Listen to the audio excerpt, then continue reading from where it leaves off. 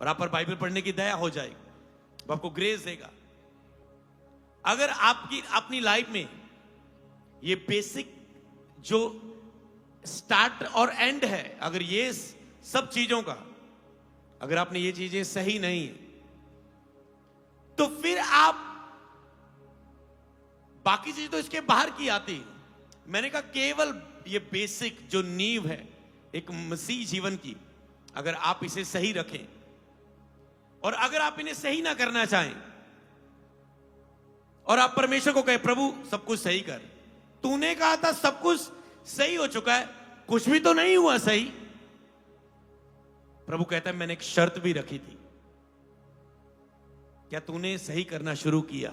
लिखा है परमेश्वर के करीब आओ हे दो चित्ते मनुष्यों, वो तुम्हारे करीब आएगा। क्या आज आप इन कदमों को बढ़ाते हुए परमेश्वर के करीब आना शुरू करेंगे? अब कई लोग सोचते होंगे मैं तो बहुत प्रेयर करता हूं, मैं तो बहुत बाइबल पढ़ता हूं, मैं तो पवित्रताई में हूं, मैं तो रोजे भी रखता हूं, कोई कमी नहीं है, फिर भी क्यों नहीं सब कुछ सही हो रहा है? आप कहते हैं मैं क्या करूं?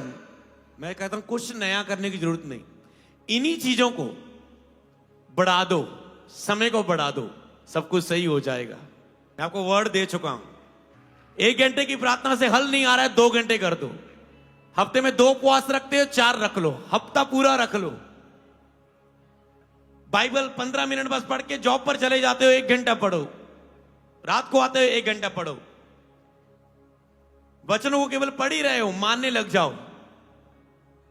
एक एक वचन को लिखो कि क्या मैं इसमें चल रहा हूं, आज से मैं ये करूंगा। जब भी वचन पढ़ते हुए आत्मा बात करे, आज से मैं ये करूंगा, आज से मैं ये छोड़ूंगा, आज से मैं ये फैसला करूंगा, लिखो। तो जैसे जैसे आप इन चीजों को बढ़ाएंगे, क्योंकि कई वक्त जब आप उन चीजों को बढ़ाते हैं तो आपकी लाइफ में वही लिखा, जैसे यीशु मसीह ने कहा कुछ जातियां बिना प्रार्थना उपवास से नहीं जाएंगी। मतलब कुछ बंधन तोड़ने के लिए, कुछ ग्रेट रिजल्ट देखने के लिए, कुछ महान कार्य देखने के लिए तुम्हारी आत्मिक क्रियाओं को भी महान बनाना होगा। जो लोग लास्ट बुधवार में सिखा रहा था कि जो लोग प्रार्थना का जीवन नहीं जीते वो लोग साधारण जीवन जीते हैं, पर जो लोग निरंतर प्रार्थना का जीवन जीते हैं वो महानता का जीवन जीते हैं। हालेलुया। तो आपको चुनाव करना है कि आपको साधारण जीवन जीना है प्रार्थना के बिना, या आपको महानता का जीवन जीना है। अपनी बाइबल रीडिंग को चेक करें, क्या ये सही है? अब चेक करें अपने आप को, क्या आप उपवास रखते हो? चेक करें अपने आप को, अपने बोने को चेक करें कि आपने दशमांश बोना रोक तो नहीं दिया। चर्च में ऐसे लोग हैं कई बार वो बोते हैं दशमांश, और धीरे धीरे उनका मन जब शरीरक हो जाता है वो सोचते क्या फायदा, नहीं मैं अपना दशमांश रख लेता हूं, इस बार नहीं बोया जाएगा। क्या आपने बोनों को चेक करें, क्या वो सही है? आपके बीज कैसे चल रहे हैं? आपका बोना कैसा चल रहा है इस महीनों में? आप उसे चेक करें। अगर आपका बोना सही नहीं है तो आपका काटना भी सही नहीं होगा। आप गली सड़ी कणक को बीजेंगे, बेकार बीज को बीजेंगे, सस्ते बीज को बीजेंगे, तो क्या आप स्टैंडर्ड की फसल काट लेंगे? समझ पा रहे हैं? तुम जो बोते हो वही काटते हो। और उसने कहा अब प्रॉब्लम क्या है, कई लोग केवल दशमांश बोने तक निर्भर रहते हैं, और प्रभु भी क्या एक लिमिट तक उनकी लाइफ में आशीष आ रही है। मान लो एक पास्टर है, वो एक अपनी लाइफ का केवल दशमांश ही बो रहा है, तो प्रभु भी जैसे बाकी लोगों के साथ है वैसे उसके साथ एक लिमिट तक आशीष उसकी लाइफ की चल रही है। जॉब में एक लिमिट है, बिजनेस में एक लिमिट है, मिनिस्ट्री की ग्रोथ में, पैसे में, फाइनेंस में, सब चीजों में एक लिमिट है। पर जैसे वो व्यक्ति अपने बीजों को बढ़ाना शुरू करता है परमेश्वर के राज्य के लिए, परमेश्वर भी उसके लिए कैपेसिटी को बढ़ा देता है कि ओके कि अब इसे मैं इतना नहीं, अब मैं इतना दूंगा, क्योंकि इसने अपना इतना बढ़ा दिया है। क्योंकि बोने में कभी तुम परमेश्वर को हरा नहीं सकते। उसने कहा जिस नाप से तुम नापोगे उसी नाप से तेरे लिए नापा जाएगा। मतलब जितना तुम बोओगे तुम उतना ही काटोगे।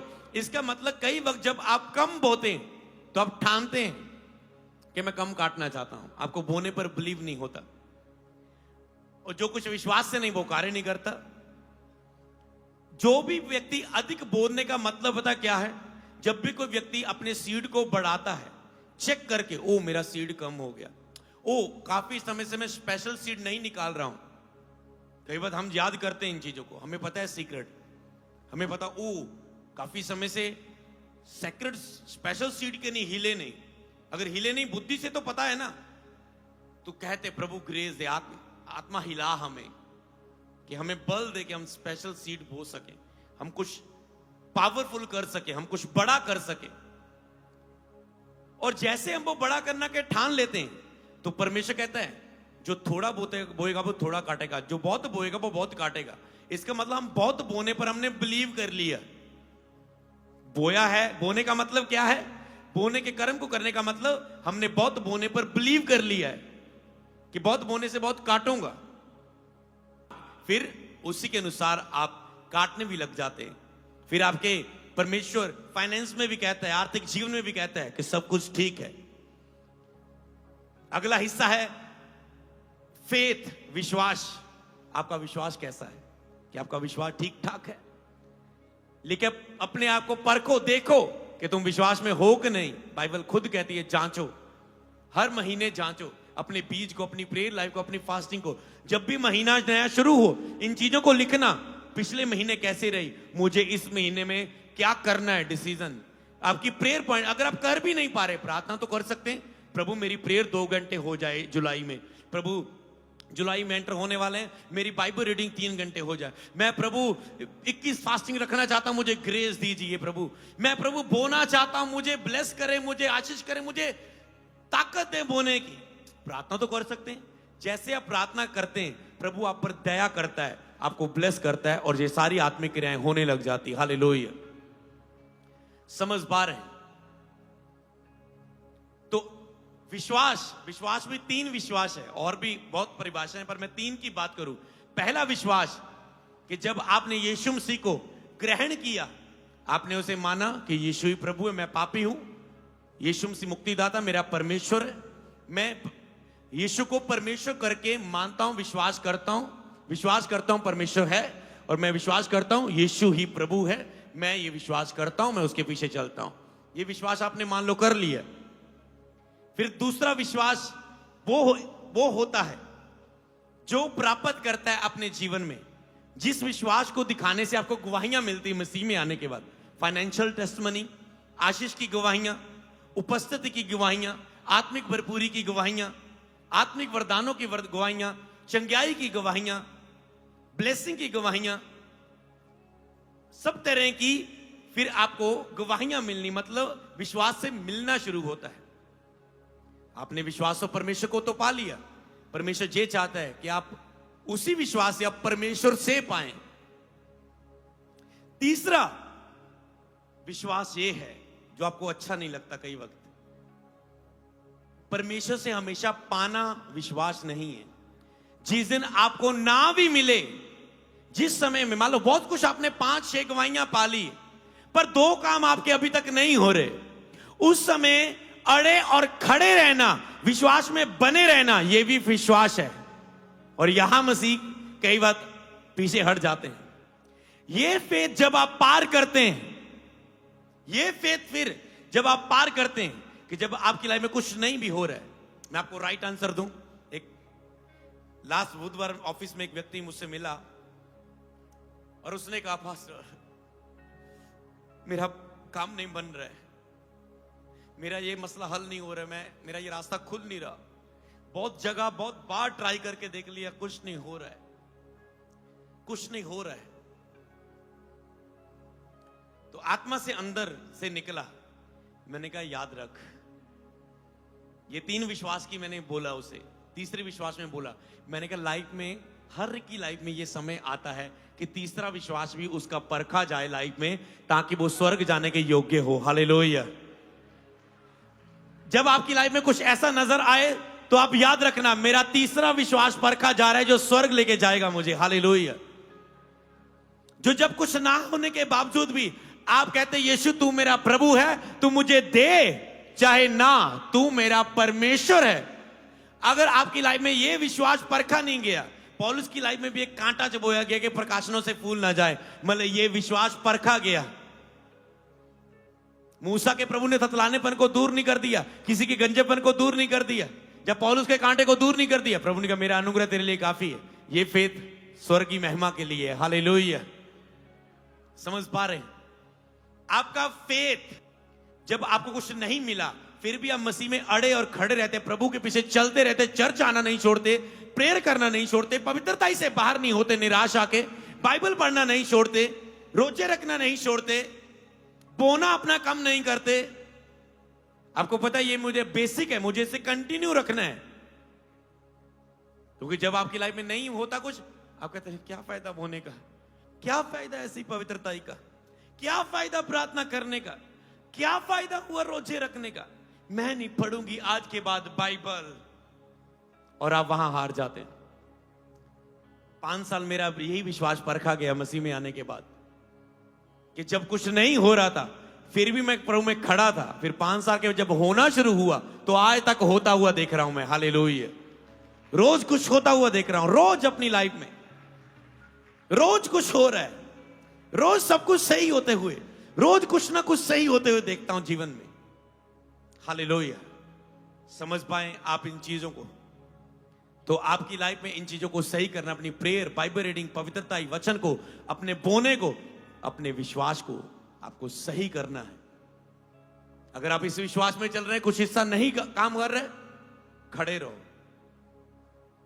उसने कहा तू आग में से होके जाएगा, आग तुझे जला ना पाएगी। तू पानी में से होके जाएगा, पानी तुझे डुबो ना पाएगा। अय्यूब कहता अगर परमेश्वर से तुम सुख ले सकते हो, अगर दुख आया तो फिर भी उसका नाम धन्यवाद हो। परमेश्वर ने दे दिया, परमेश्वर ने ले लिया, प्रभु का धन्यवाद हो। और क्या हुआ? जब उस विश्वास में अय्यूब खड़ा रहा, जब उसकी लाइफ में सब कुछ नाश हो रहा था, खत्म हो रहा था, फिर भी उसने विश्वास नहीं खोया।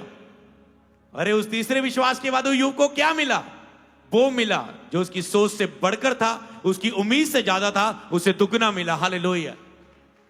ये तीसरा फेथ जब आपकी लाइफ में परखा जाता है, आप इसमें हियाब नहीं छोड़ते। आपकी लाइफ में कुछ महान होने जा रहा है, मैंने कहा कुछ ग्रेट होने जा रहा है, कुछ अद्भुत होने जा रहा है। हालेलुया। तो समझ पाए, आपको इन नींव को, अपनी बेसिक नींव को आपको सेट करना है। जैसे आप इन चीजों को सही करेंगे, कौन सी पॉइंट? प्रार्थना, वचन, उपवास, पवित्रता, विश्वास, इन्हें सही करना। हालेलुया। उसके बाद बोना, इसे सही करना है। हालेलुया। और 7वां पॉइंट, अन्य भाषा में। किसके पास वरदान है अन्य भाषा में प्रार्थना करने का? हाथ को उठाएं। अरे बहुतों के पास। ओके, तो क्या आप इसे यूज कर रहे हैं? पौलुस कहता है मैं तुम सबसे अधिक अन्य भाषा बोलता हूं। अन्य भाषा में बोलना मना ना करो। पौलुस के पास सारे वरदान थे और वो अन्य भाषा में अधिक से अधिक प्रार्थना करता था। तो जो वरदान आपको दिया गया, क्या आप उसे रोज उपयोग में ला रहे हैं? जैसे आप इसे उपयोग में लाएंगे तो कम से कम 1 घंटा अन्य भाषा में रोज आपको प्रार्थना करनी। अगर आपने ये गिफ्ट पाया है, नहीं पाया तो इसको मांगे, इसे पाएं, इसका उपयोग करें। और इसके फायदे मैंने चर्च को बोला था, खुद एक बार करके देखो, कंटिन्यू अन्य भाषा में प्रार्थना, इसके रिजल्ट तुम्हें खुद ब खुद दिख जाएंगे, तेरी गवाहियां खुद ब खुद दिखेंगी। हालेलुया। तो 7वां पॉइंट क्या था? ये अन्य भाषा में प्रार्थना। चेक करो कि तुम्हारे पास थी भी, फिर भी तुम कितना बोलते हो? धन्यवाद धन्यवाद धन्यवाद, हालेलुया, राशा बाथा खेदे, ओ प्रभु तेरा धन्यवाद प्रभु, हालेलुया, तेरी स्तुति हो, राखा बादशाह, आमीन आमीन, प्रभु तेरा उसको छू ले। तुम बस एक बीच में अपनी प्रार्थना में यूज करते हो, पर तुम्हारे पास एक गिफ्ट था, तूने खास इसे स्पेशल टारगेट के लिए कभी नहीं यूज किया। चेक करो क्या तुम्हें खास, कई बार तुम इससे बाहर आकर इसके प्रकाशन, और मैं बुधवार भी बात कर चुका हूं, आगे सिखाऊंगा, पर मैं आज केवल आपको चेक करने के लिए बोल रहा हूं। आज प्रभु ने यही कहा कि मैं सही करने जा रहा हूं सब कुछ, इन्हें बोलना तुम सही कर लो। 7वीं बात बोल रहा हूं, 7 चीजों को तुम सही कर लो। जो भी नहीं सही है सही कर लो। 5-6 सही हैं, 2-3 सही नहीं है, सही कर दो। मैंने कहा ग्रेट रिजल्ट आने जा रहा है, महान बुलाहट की ओर तुम बढ़ने जा रहे हो, क्योंकि तुम्हारा परमेश्वर महान है। हालेलुया। तो अन्य ने भाषा में रोज 1 से अधिक घंटे प्रार्थना करना शुरू करो, रिजल्ट तुम्हारे खुद पास होगा। करके देखना, करके देखना। हालेलुया। तो जिन 7 काम को चेक करना और इसे करना। यहां पर भी जो मैसेज है, पहले उसने अंधे ने पुकारा, फिर उसने दया मांगी। प्रभु को पुकारना शुरू करें इन 7 पॉइंट्स के लिए। दूसरा, उसने दया मांगी। इन 7 पॉइंट को सही करने के लिए प्रभु की दया मांगे कि प्रभु दया करे, दया करे। तो पुकारना तो पड़ेगा ना, प्रार्थना तो शुरू करनी पड़ेगी बाकी चीजें सेट करने के लिए। अगर क्या वो 0 प्रेयर है, मांगोगे ही नहीं पुकार के, फिर दया कहां से आएगी? दया पुकारने से आती है। समझ पा रहे? दया पुकारने से। उसने पुकारा, फिर उसने दया मांगी। इस समय भी जब प्रार्थना होने जा रही है, आप प्रभु को पुकारना, यीशु को पुकारो, बस मुंह खोलना, बस पुकारना। और कैसे पुकारना? दया मांगते हुए पुकारना। प्रभु दया कर प्लीज। पूरी अंदर टूट टूट के, हार्दिक वेदना से, पूरे मन से, पूरे विश्वास से, दिल खोल के प्रभु से पुकारना। पूरे मन से की गई प्रार्थना का प्रभु उत्तर देता है। तो उसके बाद यीशु के पास आए। यीशु ने कहा, क्या तुम्हें विश्वास है कि मैं कर सकता हूं? अगला पॉइंट, तीसरा इसमें है, क्या तुम्हें विश्वास है मैं ये कर सकता हूं? ओके, क्या आपको विश्वास है? प्रभु पूछने कि मैं सब कुछ तेरी लाइफ में सही कर सकता हूं, कि सब कुछ सही होने जा रहा है जैसे तुम सब कुछ सही करने जा रहे हो। क्या तुम्हें विश्वास है? कहता है अगर तुम्हें विश्वास है कि ये 7 काम कोई मुश्किल तो नहीं है ज्यादा। अगर मैं बोलता 7 की, वो क्या होता है, 7 तोले सोना लेके आओ तो तेरी बीमारी ठीक हो जाएगी। क्या ये मुश्किल है? या ये 7 प्रार्थना करना, बाइबल पढ़ना, रोजे रखना, आत्मिक खुशी भी, उसका आनंद तो डिफरेंट है। कई लोगों को समय को याद करो, कितनी वो प्रार्थना में खुशी आपको मिलती थी जब आपने आपकी सब कुछ प्रार्थना, ये 7 चीजें बिल्कुल सही थी। वो आनंद को याद करो। ऐसा आनंद कि दुनिया में तुझे ऐसा लग रहा था जो मेरे पास है दुनिया में किसी के पास नहीं है। हालेलुया। समझ पा रहे? याद कर रहे उसे। पर आज शैतान ने उस आनंद से तुझे बुला दिया। तुम दुनिया में कुछ और ही पाना चाह रहे हो।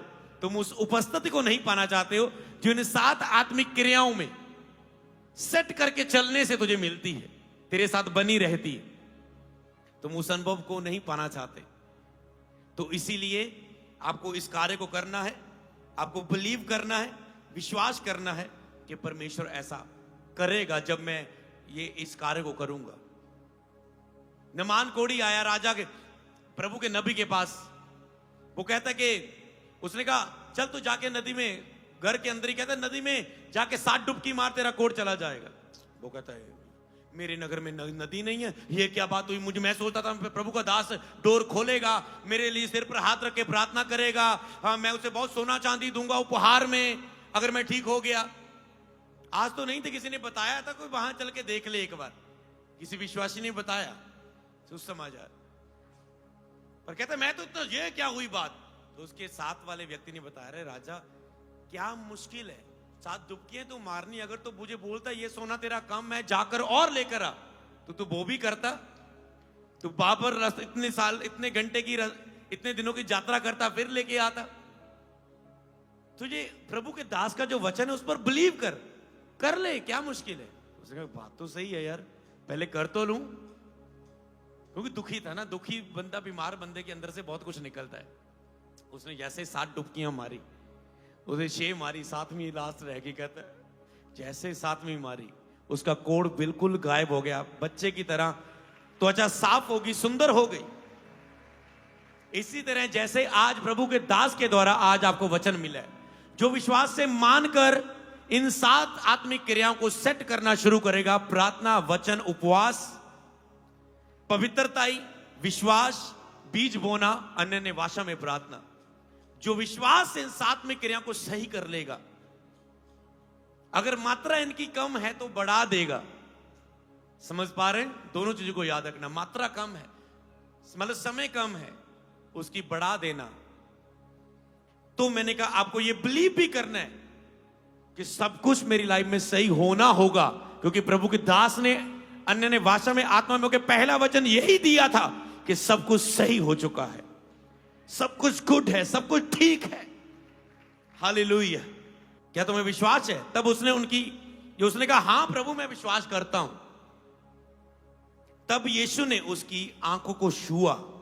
सब कुछ करने के बाद यीशु ने उसकी आंखों को भी छुआ, क्योंकि उस समय हाथ रखने की परंपरा थी। कई बार यीशु को बुलाते थे कि हमारे चलकर आके प्रभु मेरे सेवक पर आके हाथ रख दे, जा आके इस पर हाथ रख दे। ओके, यीशु कहता था आऊंगा मैं, ओके आके प्रार्थना करूंगा। मेरी बेटी बीमार है, जाके हाथ रख के उसे चंगा कर दे। तो यीशु ने वहां पर हाथ रख के उसे छुआ, कहता तुम्हारे विश्वास के अनुसार तुम्हारे लिए हो। और उसकी आंखें खुल गई, क्योंकि उसका विश्वास था कि खुल जाएंगी। हालेलुया। आंखों को छूकर कहा तुम्हारे विश्वास के अनुसार हो। तो जब भी आपको छुआ जा रहा है, क्या आप छुए जाने से पहले, प्रार्थना होने से पहले, क्या आप पुकारेंगे आज? क्या आप दया मांगेंगे? क्या आप विश्वास दिखाएंगे कि ये हो सकता है तुम्हारे लिए? सबको जय मसीह की। मैं जतिन बब्बर और आप देख रहे हैं मसीह परिवार चैनल। जैसे कि आप सब जानते हैं कि मैं इस चैनल पे प्रभु के अलग अलग दासों की वीडियोस डालता हूं। तो अगर आपको हमारा चैनल अच्छा लगता है तो आप इस चैनल को ज़्यादा से ज़्यादा सब्सक्राइब जरूर करें, ताकि आप प्रभु के वचन को सुन सके। वीडियोस को ज़्यादा से ज़्यादा शेयर करें, ताकि जिन लोगों तक वचन नहीं पहुंचा उन तक भी वचन पहुंच सके। सबको जय मसीह की। एक बार मैं आपसे दोबारा कहूँगा कि इस चैनल को सब्सक्राइब जरूर करें और वीडियोस को ज़्यादा से ज़्यादा शेयर करें। जय मसीह की।